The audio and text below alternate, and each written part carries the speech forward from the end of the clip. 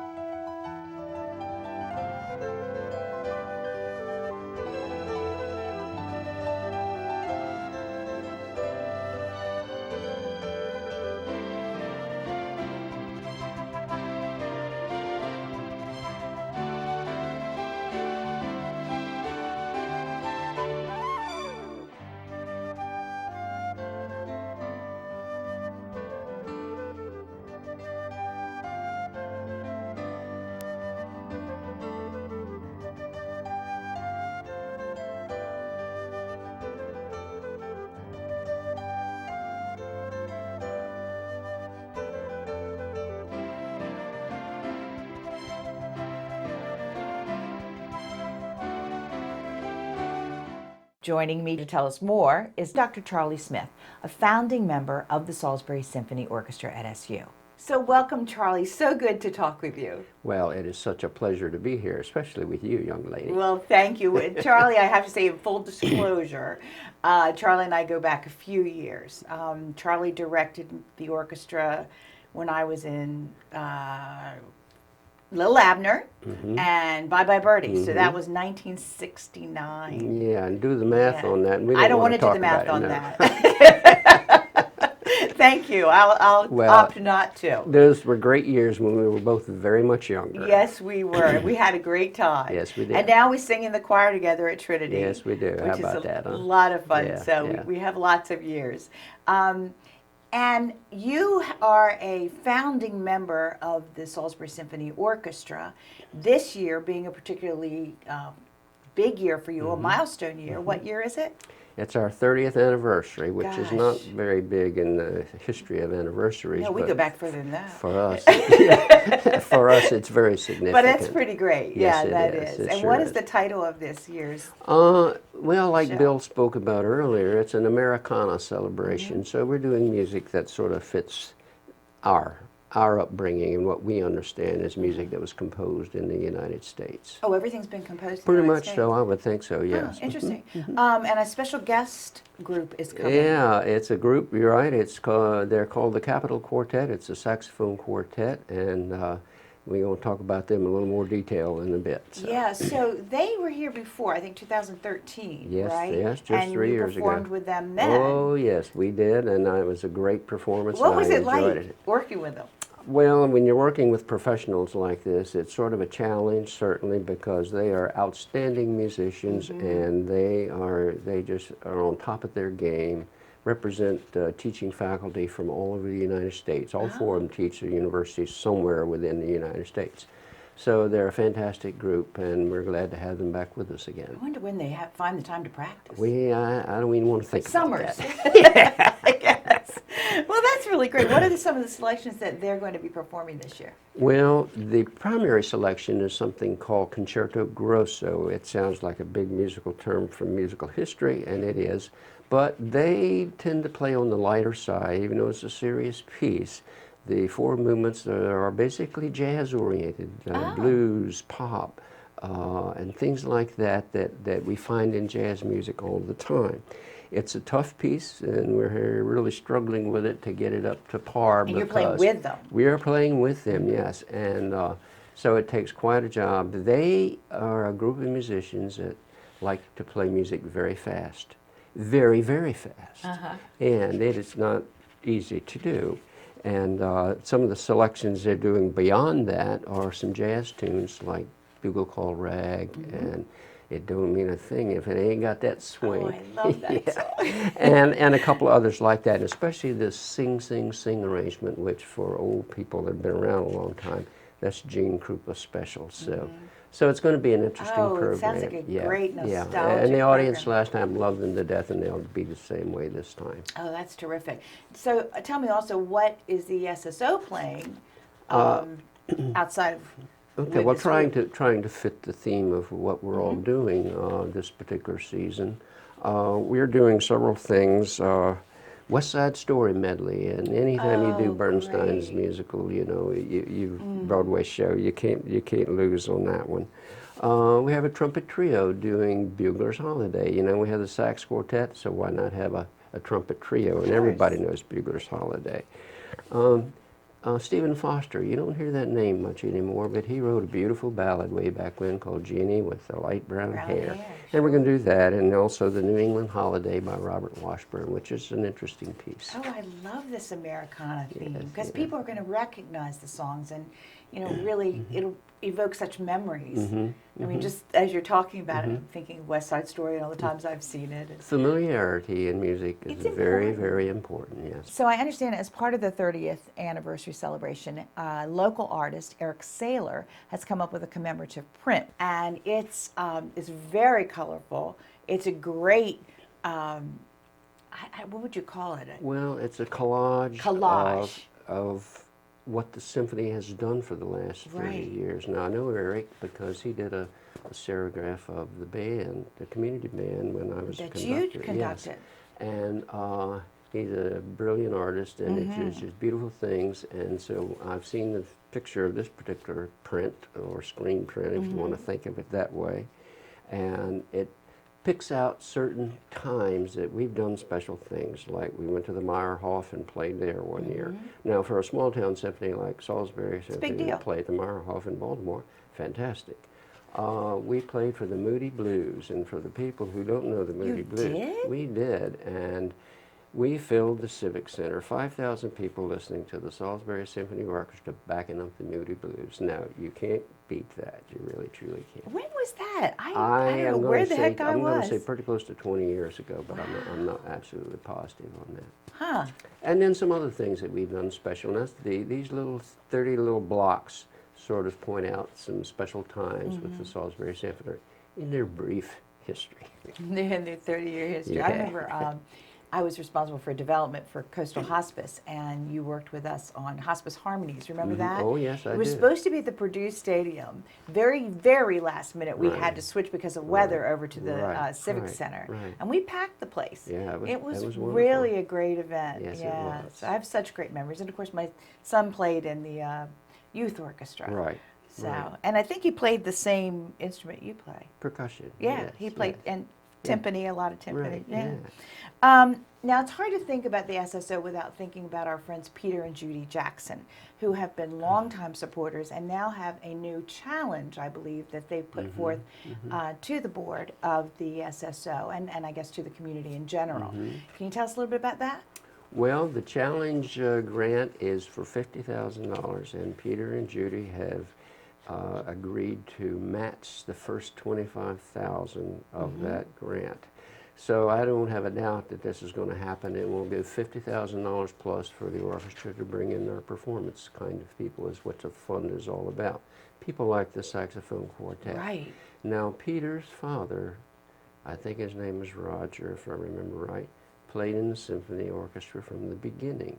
played in this symphony in the orchestra? Salisbury Symphony. He I was did in not the know viola that. section, and this is why Peter is so enamored with the Salisbury Symphony, and thank the Lord for that. Right. I had lunch with Judy on Saturday, Mm-hmm. and she wanted me to particularly bring up the fact that it's an endowment fund that they're challenging Mm-hmm. Right. the community to build, because they want it to go on forever. They want to have a chunk of money sitting somewhere that's putting off Mm-hmm. an interest, as it were, that we can use every year, so that Mm-hmm. every year we'll be able to bring in different kinds of talents like the group we're Right, bringing in this right. year. Well, It's a that's- terrific idea. And it's certainly the best way to handle that. So thank Yeah, thank this isn't them the for first doing time that. they've given. They've Oh, been no, no, amazing no. benefactors. Yeah, they so certainly have. Great, great people. Yes.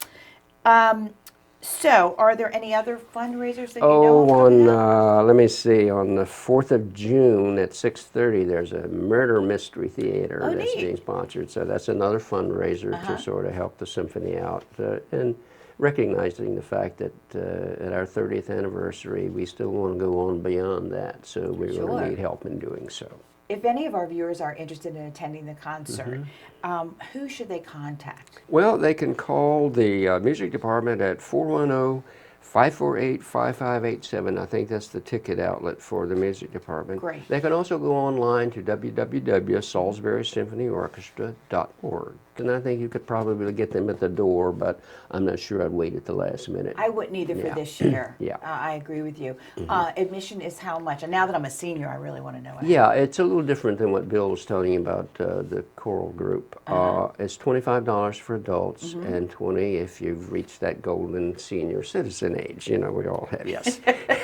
Not all of us, but Charlie, you and I have. And faculty and students can get in for $10, and the student $5 thing that Bill mentioned, that's That's eligible too. Great, and they can and should get it in advance. Let's really emphasize that. Yeah, I think so, I to think be this smart, year. yes. Good. Now, we've talked a lot about the orchestra. I want to talk a little bit about you and your involvement. We said that you were a founding member. I think you started in 1986. That would be 30 Yes. years ago.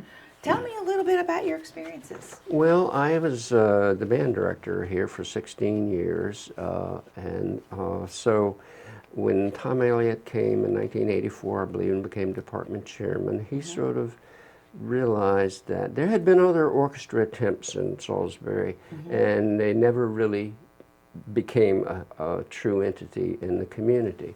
But Tom was perceptive enough to realize that if the symphony were housed at the university, may have been a college at that time, but the university, then there was a home for the symphony and possible support, not only financial support, but physical support, a place to rehearse, and so forth. So to me, that has been one of the primary reasons the symphony has continued as it has. So thank to Tom Elliott for that. Absolutely. And serving, I think, 18 years as the primary conductor. Besides Tom Elliott and Jeff, who's the current SSO conductor, have there been any others? Well, when Dr. Elliott retired, and his last concert was Christmas of 2003, then we had a concert scheduled for February the 7th. So they did not have a replacement for him yet. And they did hire one, but that sort of that fizzled out. She did work a semester here, but then she got pregnant and had to do other things and so forth, so that didn't work out. So they sort of relied on me. I had an opportunity to guest conduct the symphony the semester after Tom retired, and it was a great experience for me. And then Lee Nyer served. Lee did. Yeah, it took us about a year and a half to finally get everything together and invite Jeff to finally take over the position. I think I saw your yes. pinch hitting concert. Yeah, it was that's great. That's a good way to put it. Well, you know, Charlie, we're all so lucky that we can rely on you. We do Well, this at church as well. you know, when Phyllis isn't there, You know, I've been waving a baton for a lot A of very years, so long you time. know, all you have to do is stand up there and wave it. Yeah. Can you talk about a little bit about how you think the SSO has progressed during the years or changed during the years? Well, of course, with having two major conductors and several people that sort of were in an interim situation there, there was some talk that the symphony might die at one point, you know, and but there's something within the symphony that keeps us going. It's a good mixture of community people. Now more students than ever since Dr. Shoyan and his wife, Sachi, who is the concert master, depending on how you want to phrase that. And the string section, the students coming in now are much more than we had in the past before they took over. So we're still involved, many students, community members, but we are not at the point yet where we can't do without some professional type musicians, and most of them coming from the Western Shore. And much of the financial support of the symphony goes to take care of that.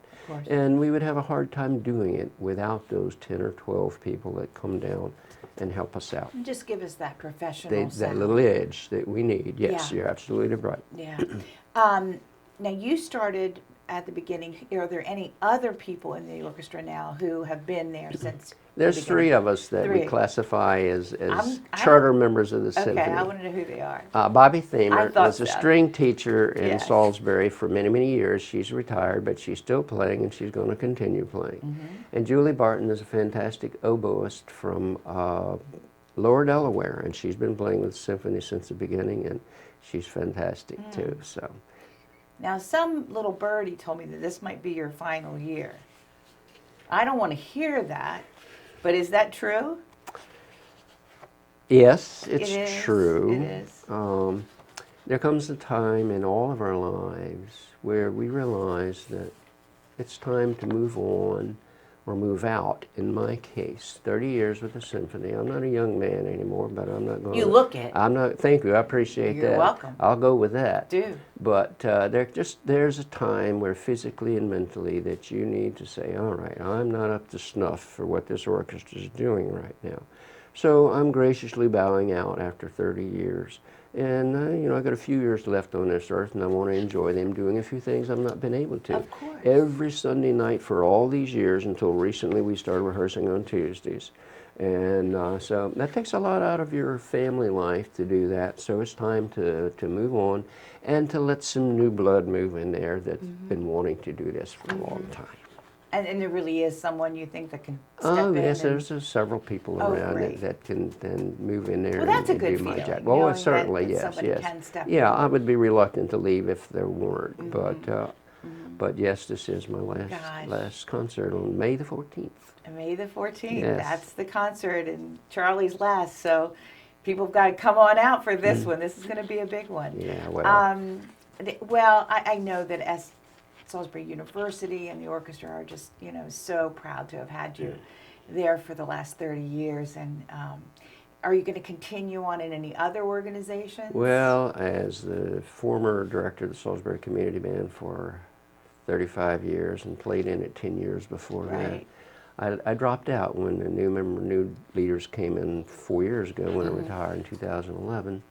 And after that year, I went back and played. So I'm now playing in the group, So and you're I'll back do with it? that until I feel like it's time to let that one go. Also. And you'll be singing in the choir with me. Oh yes, until I'll have to tell Phyllis that one day I won't be able to do this anymore. Well, you can still sing really well. He even Why, sings thank you. solos in the Why- choir. So why, don't, thank you, thank don't think you. that he's Thank at you. all ready to retire. The from. consummate musician. You are the consummate musician, singer, player, Yeah, orchestra whatever. Yeah, leader, yeah. everything. So what a privilege it has been to talk to you. I mean, we don't get this opportunity one-on-one No, very we often. don't. We This just is- kind of pass in the night, Yeah, Thursday right. nights and Sunday mornings. Yeah. So it's great to have spoken with you about all of this and your very illustrious career. And I just wish you all the best, and I congratulate the SSO for 30 years. And I guess if there's nothing else, we've pretty much covered the bases. We have, and sayonara. Sayonara. Love you, Charlie. It's been Thank great. you, Gal, very much. It's been so wonderful to have Charlie Smith on the program today, and I am sure the SSO is going to miss him tremendously.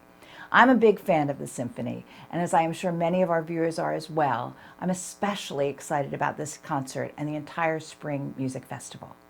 I hope to see all of you in the audience this year.